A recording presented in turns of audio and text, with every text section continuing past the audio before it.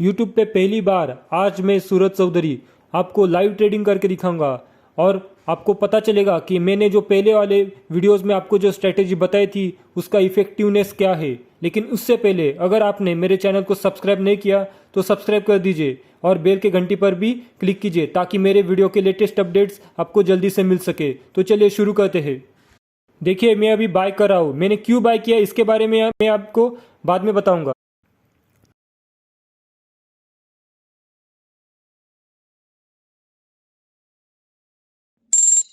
मुझे यहाँ पे 100 क्वांटिटीज़ बाय करनी थी, लेकिन बाय डिफ़ॉल्ट एक ही क्वांटिटी सेलेक्ट थी, इसलिए एक ही क्वांटिटी बाय हो गई। लेकिन अब अभी यहाँ पे मैं चेंज कर दूंगा और उसे 100 में कर दूंगा। मैंने यहाँ पे बाय क्यों किया वो जान लेते हैं, क्योंकि यहाँ पे सभी कंडीशंस मीट हो रही थी जो मुझे चाहिए थी, जो मैंने पहले वीडियोज़ में आपको बताई थी। आगे जाकर मैं आपको एक एक कंडीशन स्टेप बाय स्टेप बताऊँगा। अभी मैं आपको वॉल्यूम दिखाता हूँ, राइज हुआ है कि नहीं ब्रेकआउट पे। अभी मैं आपको दिखाऊंगा हॉरिजॉन्टल लाइन कैसे ड्रॉ की जाती है। देखिए हॉरिजॉन्टल लाइन मैंने डब्ल्यू पैटर्न के ऊपर ड्रॉ नहीं की, मैंने वो उससे पहले वाला जो उसका हाई है उसके ऊपर मैंने ड्रॉ की है। हॉरिजॉन्टल लाइन ठीक से ड्रॉ करना भी ज़रूरी है। अगर मैंने डब्ल्यू पैटर्न पे हॉरिजॉन्टल लाइन ड्रॉ की होती और डब्ल्यू पैटर्न ब्रेक होने के बाद उससे पहले वाला जो हाई है जो थोड़ा ही ऊपर है उससे प्राइस नीचे फिर से रिवर्स हो जाती तो मुझे नुकसान होता, इसलिए मैंने वो प्राइस पे हॉरिजॉन्टल लाइन ड्रॉ की। मैंने पहले से ही चार्ट सेटअप करके रखा है, कौन से इंडिकेटर्स अप्लाई करने हैं इसके बारे में मैंने पहले ही आपको बताया है। उसका वही सेटअप मैंने करके रखा है, लेकिन ये चार्ट के कुछ लिमिटेशंस है जिसके वजह से मैं 3 इंडिकेटर्स लगातार अप्लाई नहीं कर सकता। उसके लिए मुझे पहले एक इंडिकेटर डिलीट करना पड़ेगा और फिर दूसरा जाके मैं अप्लाई कर सकता हूँ। अभी मैं बोलिंगर बैंड्स अनहाइड कर रहा हूँ ताकि मुझे वोलेटिलिटी पता चल सके। अभी मैं आपको एक एक स्टेप बताऊंगा बाय करने से पहले। First step, long term trend देखनी है, उसके लिए हम यूज़ करेंगे EMA 200। अभी मैं EMA अप्लाई कर रहा हूँ और उसका पीरियड में 200 कर दूंगा। EMA 200 हमें लॉन्ग टर्म ट्रेंड दिखाता है। अगर प्राइस EMA 200 के ऊपर है तो समझ लीजिए ट्रेंड अप है, अगर प्राइस EMA 200 के नीचे है तो समझ लीजिए ट्रेंड डाउन है। हमें लॉन्ग टर्म ट्रेंड जिस दिशा में है उसी दिशा में ट्रेड करनी है। सेकेंड स्टेप, अभी हम चेक करेंगे short term trend. Short term trend check करने के लिए हम यूज़ करेंगे सुपर ट्रेंड। सुपर ट्रेंड का पीरियड हमें 10-3 रखना है। अगर प्राइस सुपर ट्रेंड के ऊपर है तो ट्रेंड अप है, अगर प्राइस सुपर ट्रेंड के नीचे है तो ट्रेंड डाउन है। टर्म ट्रेंड भी उसी दिशा में होनी चाहिए जिस दिशा में लॉन्ग टर्म ट्रेंड है, उसी दिशा में हमें ट्रेड करना है। Step, price pattern breakout. इसके लिए हम यूज़ करेंगे हॉरिजॉन्टल लाइन। ये डब्ल्यू पैटर्न का ब्रेकआउट हुआ है। इसके बाद फोर्थ स्टेप आती है ब्रेकआउट वैलिड है या नहीं ये चेक करना। हम यूज़ करेंगे वॉल्यूम। देखिए प्राइस पैटर्न ब्रेकआउट पे वॉल्यूम भी बड़ा है। ब्रेकआउट पे वॉल्यूम बड़ा ना हो तो ब्रेकआउट फॉल्स होने की प्रोबेबिलिटी बढ़ जाती है, इससे हमें नुकसान भी हो सकता है, इसलिए वॉल्यूम देखना जरूरी है। अभी नेक्स्ट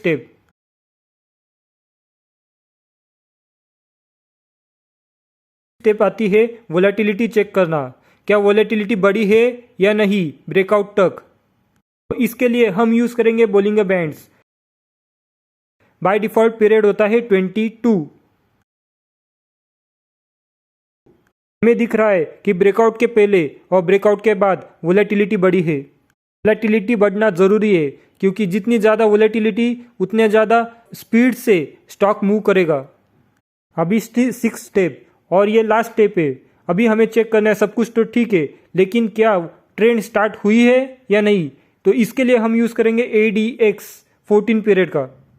देखिए ब्रेकआउट पे ADX ऊपर बढ़ रहा है और उसकी वैल्यू 20 से ज़्यादा है, मतलब ट्रेंड स्टार्ट हो चुकी है। ट्रेंड क्यू तो प्लस DI लाइन जो ग्रीन कलर की है वो रेड कलर की लाइन जो माइनस DI है उससे ऊपर है। ADX मतलब एवरेज डायरेक्शनल इंडेक्स, दूसरे नाम से भी जाना जाता है। उसे हम DMI नाम से भी जानते हैं। DMI मतलब डायरेक्शनल मूवमेंट इंडेक्स। DMI की डायरेक्शनल मूवमेंट इंडेक्स की जो थिक ब्लू कलर की लाइन है उसे ADX कहा जाता है, लेकिन कुछ सॉफ्टवेयर्स में ADX ही दिखाया जाता है जिसमें plus D I minus D I और उसकी खुद की ADX लाइन दिखाई जाती है। लेकिन असल में ये DMI इंडिकेटर है, डायरेक्शनल मूवमेंट इंडेक्स, जो हमें बताता है किस दिशा में ट्रेंड जा रही है और ट्रेंड स्टार्ट हुई है या नहीं हुई। ये इस इंडिकेटर के बिना कुछ भी हम ट्रेडिंग कर नहीं सकते। ये सबसे महत्वपूर्ण इंडिकेटर है।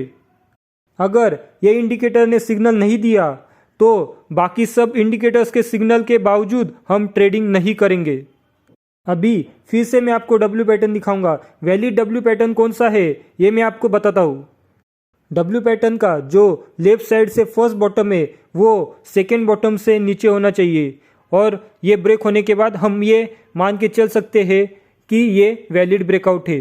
लेकिन दूसरे इंडिकेटर्स जो मैंने आपको पहले ही बता दिए हैं वो देखना भी ज़रूरी है। जब तक किसी भी तरह का प्राइस पैटर्न ब्रेक नहीं होता हमें ट्रेड नहीं करनी है, क्योंकि प्राइस पैटर्न ब्रेकआउट ही हमारा एक पाया है, हमारा एक मूल है। बाकी सब इंडिकेटर्स बाद में आते हैं, लेकिन प्राइस पैटर्न ब्रेक होना ज़रूरी है। ये मैं आपको फिर से बता रहा हूँ। इंडिकेटर्स चाहे कितना भी सिग्नल दे दे, सभी इंडिकेटर्स एक साइड में हो जाए और प्राइस पैटर्न ब्रेकआउट ना हो, हम ट्रेड नहीं करेंगे, चाहे कुछ भी हो जाए। ये लाइव ट्रेडिंग करके दिखाने का मेरा उद्देश्य सिर्फ एक ही है कि आपको सही जानकारी मिले और आपका नुकसान ना हो। यूट्यूब पे कितने सारे एक्सपर्ट है जो आपको बताएंगे इस तरह से ट्रेडिंग करनी है, उस तरह से करनी है, लेकिन कोई भी खुद ट्रेडिंग करके, लाइव ट्रेडिंग करके आपको कोई नहीं दिखाएगा। लेकिन मैं आपको आपकी मदद करने के लिए आपको लाइव ट्रेडिंग करके दिखा रहा हूँ, आपका नुकसान ना हो, आप सदैव प्रॉफिट में रहे। मैं मेरा 10 साल का एक्सपीरियंस आपको बता रहा हूँ, क्योंकि लगातार 25 ट्रेड जितना इम्पॉसिबल थिंग है जो मैंने करके दिखाई है, और वो भी इंट्राडे ट्रेड्स। मैं लगातार 25 इंट्राडे ट्रेड्स जीता हूँ, तो इससे आपको पता चल जाएगा कि इंट्राडे में मेरा एक्सपीरियंस क्या है, मेरा एक्सपर्टाइज क्या है।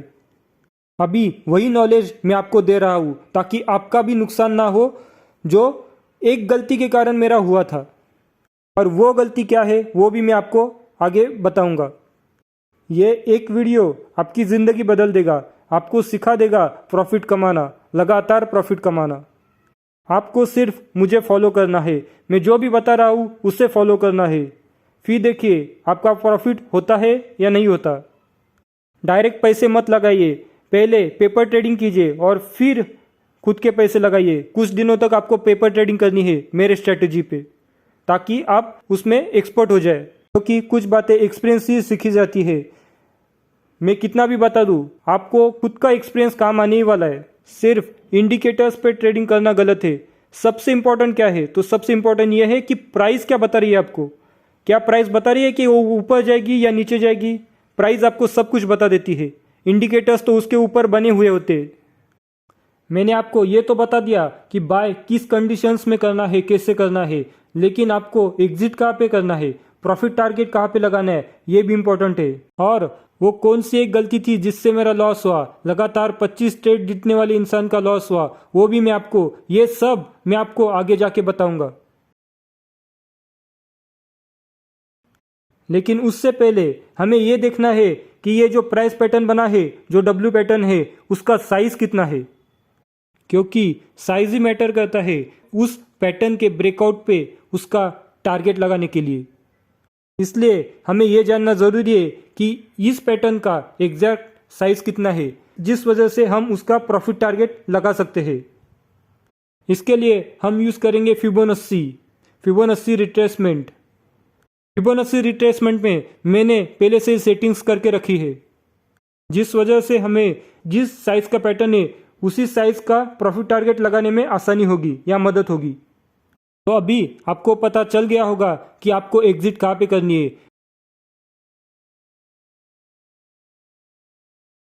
जितने साइज का पैटर्न है उतने साइज का प्रॉफिट टारगेट, अगर आपको सिक्योर ट्रेडिंग करनी है तो, क्योंकि इसमें कोई टेंशन लेने की जरूरत नहीं है। ब्रेकआउट होने पर प्रॉफिट टारगेट लगा के रख दिया, बस हो गया काम। मेरे पास सेकेंड ऑप्शन भी है एग्जिट करने का, और वो है सुपर ट्रेंड। मान लेते हैं आप 6 मिनट के चार्ट में ट्रेडिंग कर रहे हैं। अब आपको देखना है 1 मिनट का चार्ट। जैसे ही प्राइस 1 मिनट के चार्ट में सुपर ट्रेंड के नीचे चले जाए, आपको एग्जिट कर देना है। ये सबसे सिक्योर ऑप्शन है, लेकिन इसमें आपको कंटिन्यूस लगातार देखना पड़ता है चार्ट को, लेकिन पहले वाले ऑप्शन से ये सबसे सिक्योर है। में अगर ट्रेंड लगातार ऊपर बढ़ रही है तो आपका प्रॉफिट ज़्यादा होगा, और किसी कारणवश अगर ट्रेंड रिवर्स हो गई तो आपका लॉस होने की प्रोबेबिलिटी भी बहुत कम हो जाएगी। मैं एग्जिट कर रहा हूँ। अभी मैं आपको वो गलती बताऊंगा जिसकी वजह से मेरा लॉस हुआ, और वो गलती थी स्टॉप लॉस ना लगाने की। इस ट्रेडिंग में भी मेरा स्टॉप लॉस लगाना रह गया, क्योंकि ये बहुत ही फास्ट ट्रेडिंग थी और आपको दूसरी तरफ समझाना भी था, इस वजह से मेरा स्टॉप लॉस लगाना रह गया। कोई भी प्राइस पैटर्न ब्रेकआउट होने के बाद उस पैटर्न के लेटेस्ट स्विंग लो पे हमें स्टॉप लॉस लगाना है। स्टॉप लॉस के बिना हमें ट्रेडिंग नहीं करनी है, यह आप जान लीजिए, ताकि आपका नुकसान ना हो जैसा मेरा हुआ। अभी भी मेरी ट्रेडिंग चालू है और मैं ज़्यादातर ट्रेडिंग करता हूँ स्मॉल कैप स्टॉक्स में, क्योंकि मेरा उतना एक्सपीरियंस है। लेकिन आप करिए लार्ज कैप में या फिर मिड कैप में, ताकि आपको सही से डिसीजन ले सके, और अगर रिवर्स भी हो जाए ट्रेंड तो आपका नुकसान ना हो। जब तक आपको एक्सपीरियंस नहीं आता तब तक आपको लार्ज कैप और मिड कैप में ही ट्रेडिंग करनी है।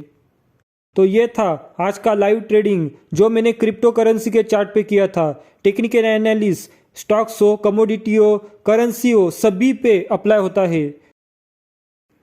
मेरे आने वाले अगले वीडियोस में मैं आपको फंडामेंटल एनालिसिस करना भी सिखाऊंगा, तो लगे रहिए, मेरे वीडियो देखते रहिए, और उसके लिए आपको सब्सक्राइब करना पड़ेगा और बेल के घंटी पे भी क्लिक करना पड़ेगा, ताकि लेटेस्ट अपडेट्स आपको मिल सके। से लाइव ट्रेडिंग के वीडियोस मैं बीच बीच में डालते रहूँगा, ताकि सभी को अच्छे से नॉलेज मिल सके, सभी का प्रॉफिट हो, किसी का भी लॉस ना हो। तो यही शब्दों के साथ मैं आज आपसे विदा लेता हूँ। Thank you.